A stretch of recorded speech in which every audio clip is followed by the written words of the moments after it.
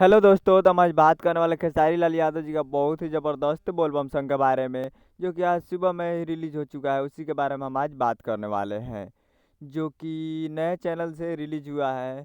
Channel का नाम है अर्थ इंटरटेनमेंट, जिसे गाने को लिखे हैं पवन पांडे जी और म्यूजिक दिए एस के सिंह जी, जो कि आपको स्क्रीन के ऊपर दिखाई दे रहा है।